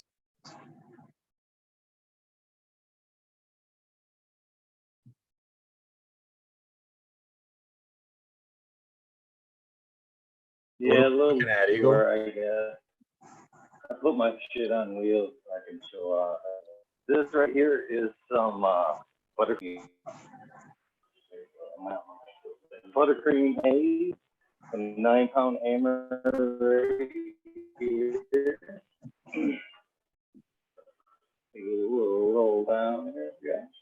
We have some whiteberry frosting, more buttercream haze in the back, some blueberry sativa, and about it in there. And here, you want to take a little tour around. This is a little trog project there. We have blackberry frosting and some Mendo Loco. Good stuff at Jerry. Everything going on here. And of course, the LED. Got like a grower's paradise going on down there.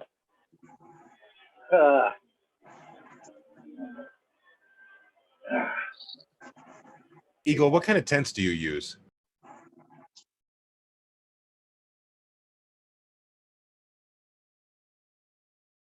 You figure a guy with 4 grow tents probably knows a good one by now. Or at least a quality value one, right? For no, sure, man. absolutely not. Cheap shit. eBay, $100 or less. That's know, what there's a I thing- use ones on Amazon that are around $100 each, and they've all done really well for me. It's just the zippers. You have to be careful and really look at your pictures. And there are better ones. You can get ones that have the plastic corners or the ones that have the metal corners. eBay is where I was looking at them. But the nice thing about it is, let's say that you have some catastrophic fucking bullshit breakout in your tent. Throw that son of a bitch away and order another one, man. Fuck it. Yeah, I just- very few tent city growers are buying the top end, high end, tents. It wouldn't be feasible. The secret garden it's too ones? much work. Well, the gorilla tents are like $400+ a unit. I was thinking about, you guys that are having problems drying in large spaces. Let's dovetail off of this and go on eBay and figure out what size tent you're going to need to adequately hold your harvest, and then order one, man. Get yourself a nice little 4-inch fan that you can use as either an intake or an exhaust or whatever you need to do. But, if you're in a large space, make it smaller, make it easier to control that environment, especially when you're dealing with low humidity. I'd recommend an AC Infinity fan too, because they're about the same price as another fan you're going to get. And they come with that controller. Yeah, that controller is so cool. I lost you guys in the roll around a little bit there. Sorry. We love it, man. Every week we love our little tour of the Eagle Garden, man. Appreciate that, brother. Well, and Abolish Tents are for cheap. showing off his room too. No I problem. like to roll up indoors. That's a good tip right there, and pinch them off with an office clip. It saves a lot of hassle.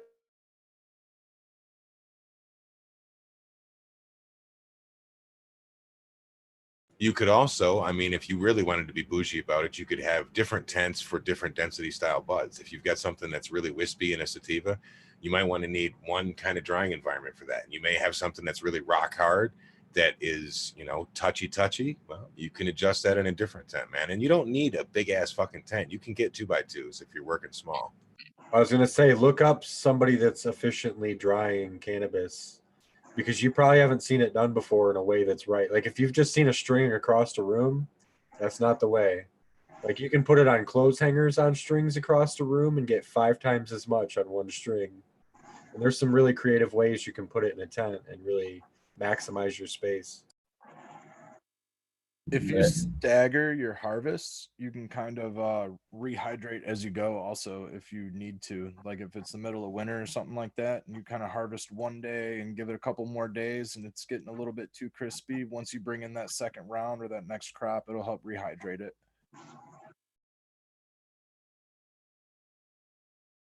And just be aware, the more you jam in there, the more air movement you want, and those kinds of things too, because you really want decent airflow. You just, the point is you want to get the moisture away from the bud, so you need the airflow.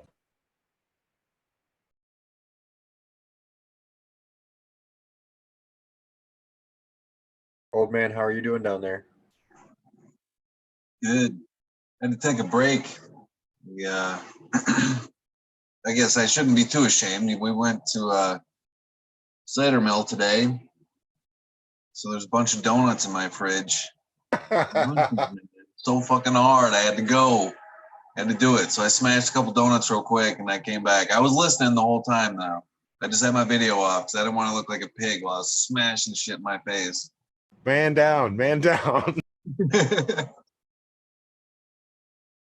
I feel you on the munchies. I've been kind of hungry this whole time. Eyeballing the clock, waiting until I can go get some munchies myself.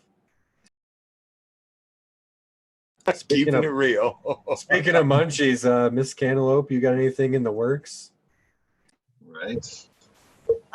So recently this week I made a bunch of muffins. I did some pumpkin cream cheese muffins, some double chocolate muffins, and then I was just trying to have some more fall flavors.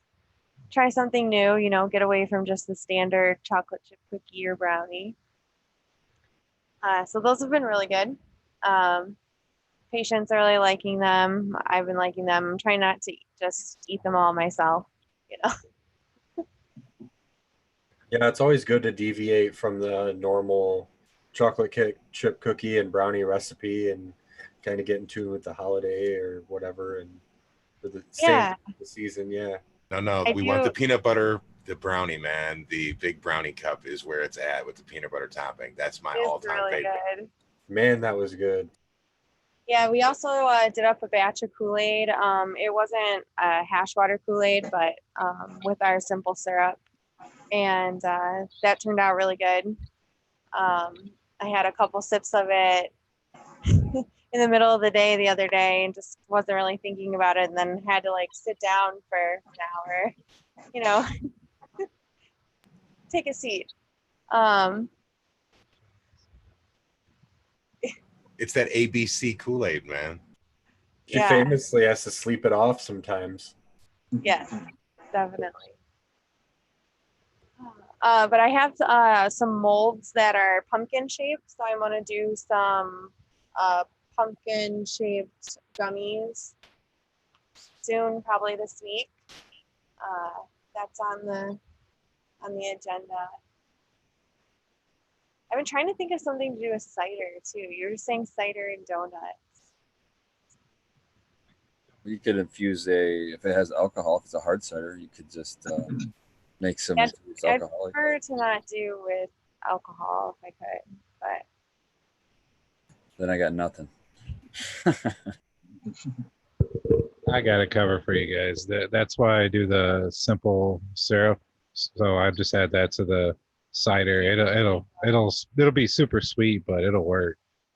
That and the donuts, I would just deep fry those in my grapeseed oil extraction because you don't need that much. I want a pumpkin log, man. Medicated pumpkin log. Because you can never eat like a slice of that. You have to eat like a considerable portion of it where your wife looks at you and goes, Jesus Christ. Kate has me wanting to make a pumpkin pie now. Man, that looked really good. Yeah, it did. Listen, let's all make a bunch of food and get together, okay? Because yes. I'm starving. A potluck dinner? We're gonna come to Old Man's house and raid his fridge for donuts. There's a whole lot of them. I have to eat them all. Dankman Dan in the chat says that we should have the cider infused donuts.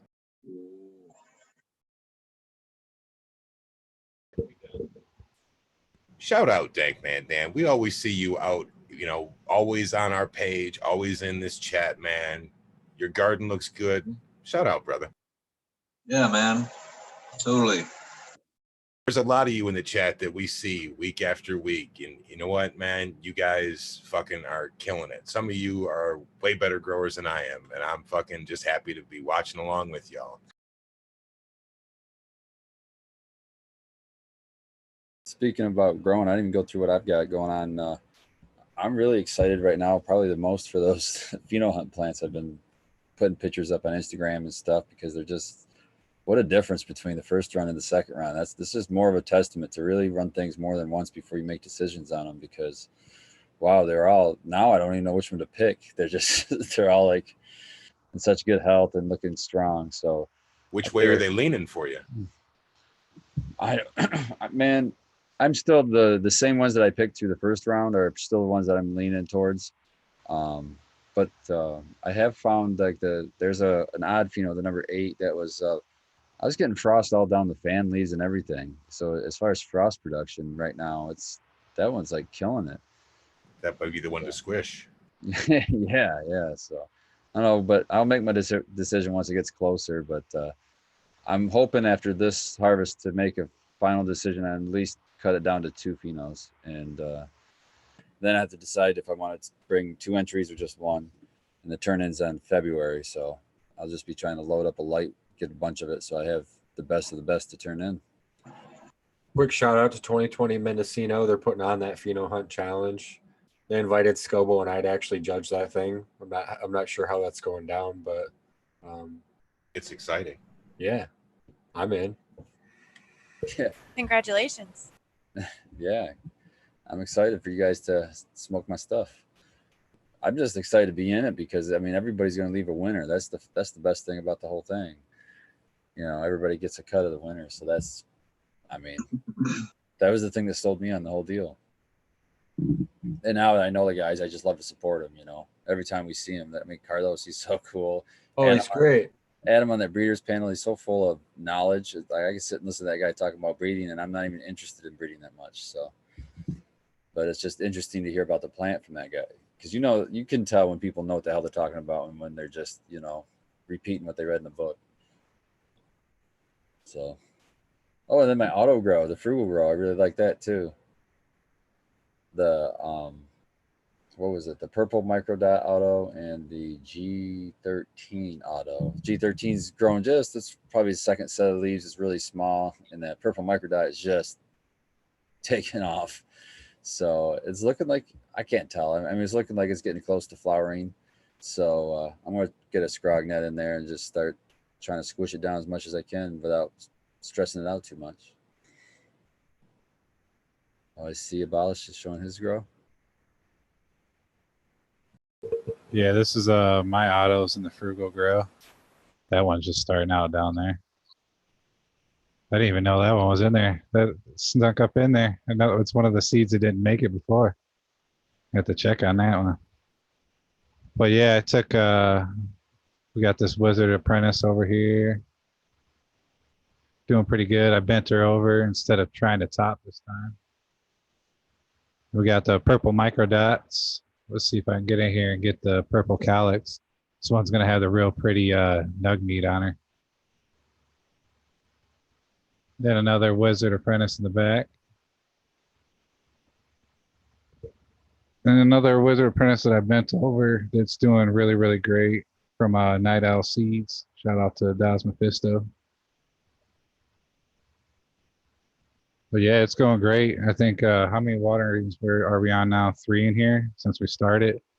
And I think we got maybe 30 days to go, something like that.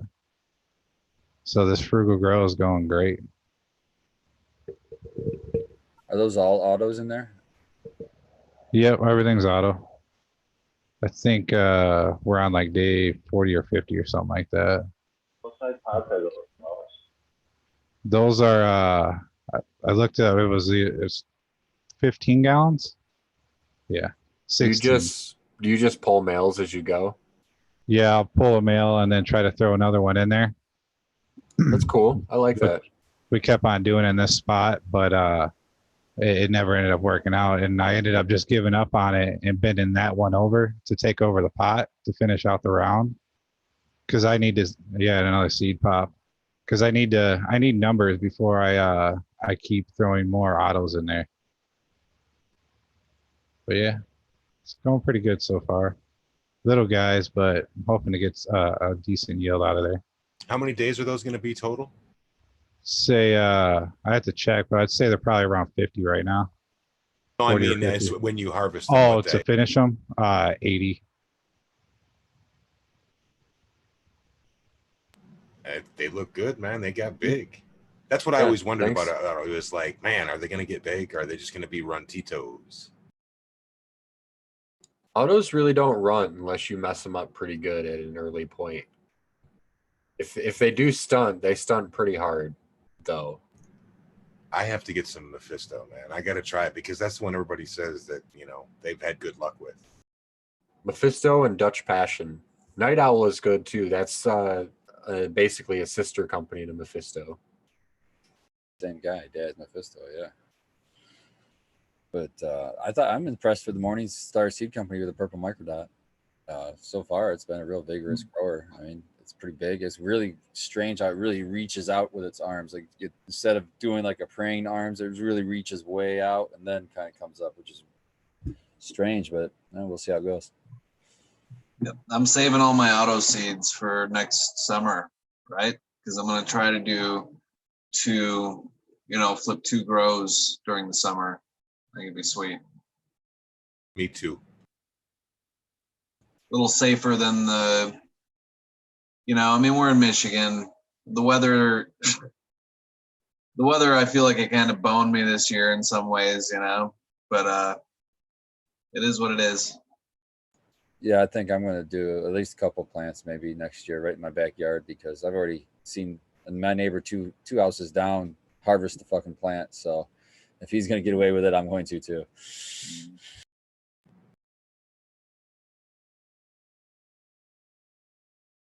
I plan on starting it inside maybe a little bit early and putting it in a fabric pot and then planting the pot like halfway deep in the soil, just like a raised planter. That way there's no like transplant shock and stuff, and seeing how that works.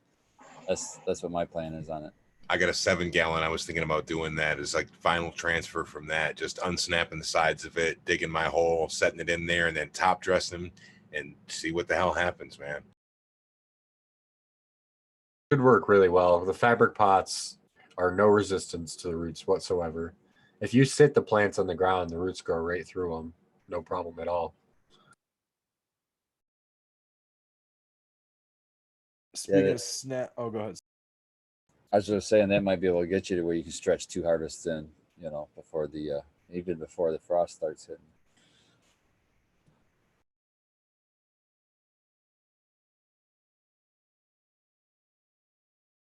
Who on the panel is stoned? Who on the panel is not? I could smoke a lot more. Yeah, I could smoke a lot more too, but I'm the only one. Me and Red are the only people smoking right now. I didn't say y'all talk about it, be about it. Shit. I would need to go get some of my Kool-Aid. Got the bowl loaded up. I'm sitting here smoking Girls Gone Wild still. Miss C needs some of that Kool-Aid so that she can sleep for the next 18 hours. I started my night off with a cookie, and then I did the podcast before this. Oh, you're a trooper, man. And we smoked all through that before we even got here. Yeah, you're on hour 3.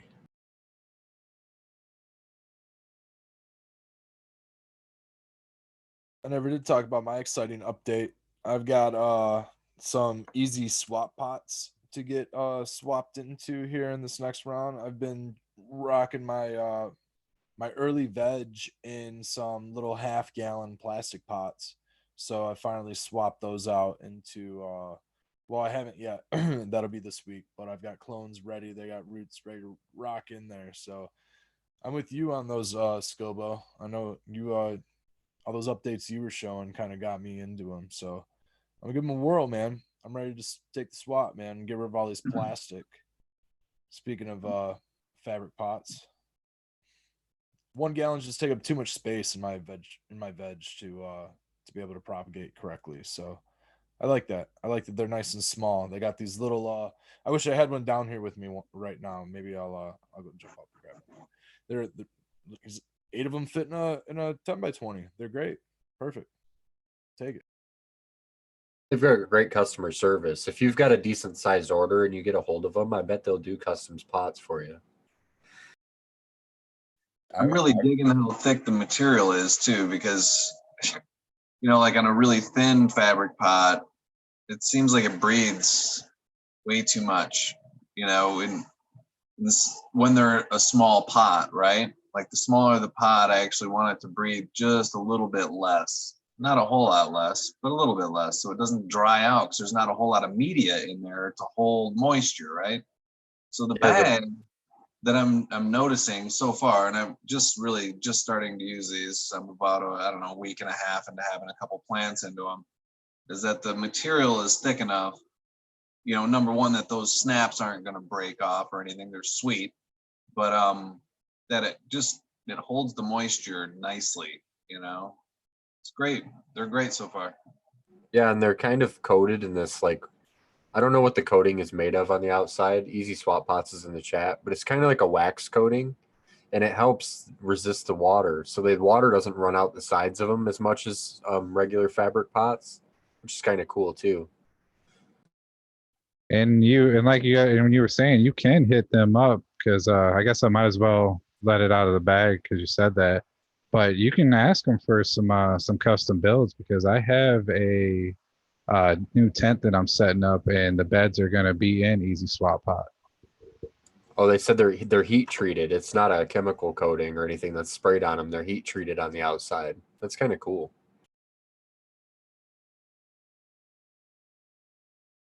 Yeah, and what you were bringing up, Sequence, is one of my favorite things is how the water doesn't leak out the sides nearly as badly. I mean, the water stays in the pot, which is what we want. So yeah, that's so nice. And then to be able to transplant without stressing your plants so much. I mean, it's so easy to transplant. I just did 3 plants the other day. I love the 1 gallons. Those are my favorite. I like to go right from rooted clone into a 1 gal because then I can kind of forget that for a while, and it's cool to chill in there. You can't get away with just forgetting one in a little tiny cup. So I like the advantage of a little bit more medium. I love the 1 gallon. Those are my favorite. Let me go grab one real quick. Yeah, it's just so difficult to tip your plant over sometimes. You just spill the top like quarter-inch of your media all over your ground or wherever your workstation is, and then if your roots aren't established enough, there's a great chance you're just going to break your root ball apart, and that sucks. I mean, at least in this scenario, if you open up your container and your roots not established, you can kind of at least scoop it up and just kind of move it in without destroying too much of your roots or your counter space. Yeah, I don't flip the plants out of the ones. I just flatten the pot right straight down and then pick the plant up, get my fingers underneath the plant and pick it straight up and put it into the hole. I don't flip that one because I ran into the same problem when I tried to do it the first time. The root ball started falling apart on me, and so yeah, after that I just pick it straight up. And that's another cool thing about those pots; they go straight flat down. So you might have to, if the roots are really established, you might have to slide your hand all the way under and get the roots out from round into the pot. But yeah, you just pick it straight up and it's a lot better, I think. It's a good looking plant there, Scobo. What are we looking at there?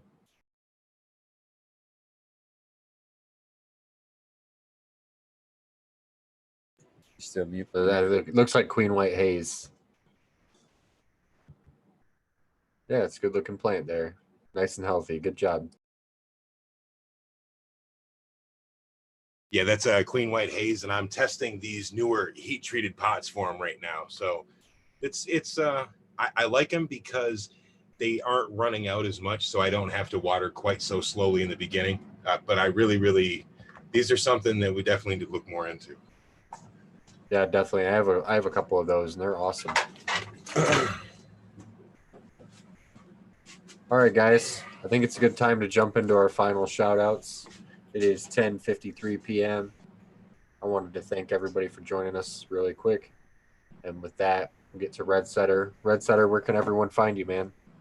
At Red Setter Farm on Instagram or on let's see, Strainly. You probably find my bio on there. I'm not that active on there though. Hit me up on Instagram if you have any questions about salts. I'm a caregiver here in Michigan. Cheers, everybody. Thank you, Red. Spartan, where can everyone find you, man? You can find me on Instagram, Spartan Grown, or you can check me out at Mint Canico on Instagram also. And shout out to Michigan Matt. I seen him in both chats today on the podcast. So shout out to Michigan Matt. Yeah, Michigan Matt was there. Thank you, man. Old man. You can find me at Old Man Hermit Hash on Instagram or if you wanted to get a hold of me, you could get a hold of me at Gmail, Old Man Hermit Hash at Gmail.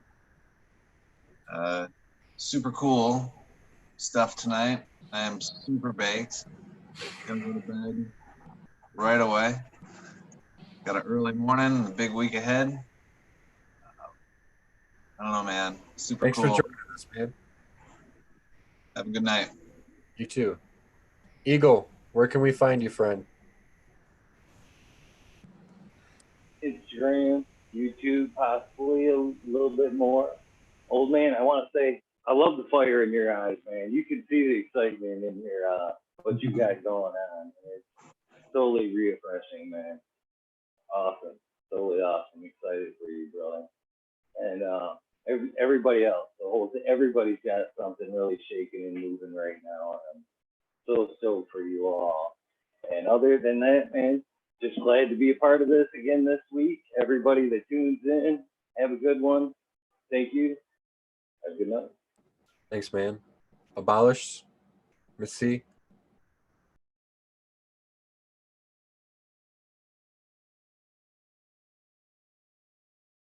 You're muted somehow, like hardware muted, I think.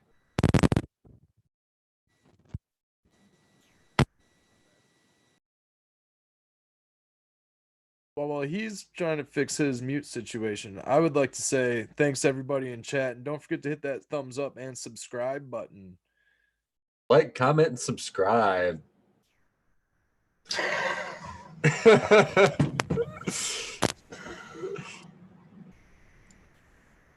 Well, I'll do Abolish shout outs for them because their microphone doesn't seem to be working for them right now, unfortunately. You can find Abolished at Abolished Farms on Instagram, and you can find Miss Cantaloupe at Miss.Cantaloupe on Instagram. They're both wonderful. Give them a follow. Scobo, do you have anything you'd like to say before we get out of here? I would like to say thanks again for another fun Sunday night hanging out with the Bros Grow Show, man. You guys are great. And you can find me on Instagram at Skilbo1. We will be dropping another episode, a podcast tomorrow. So be sure to check that out on whatever platform you use to go check out the Michigan Bros Grow Show. Yeah. And you can find me at sequence_MI. Thank you for spending your Sunday night with us. It's really been a pleasure. And we'll see you again next Sunday.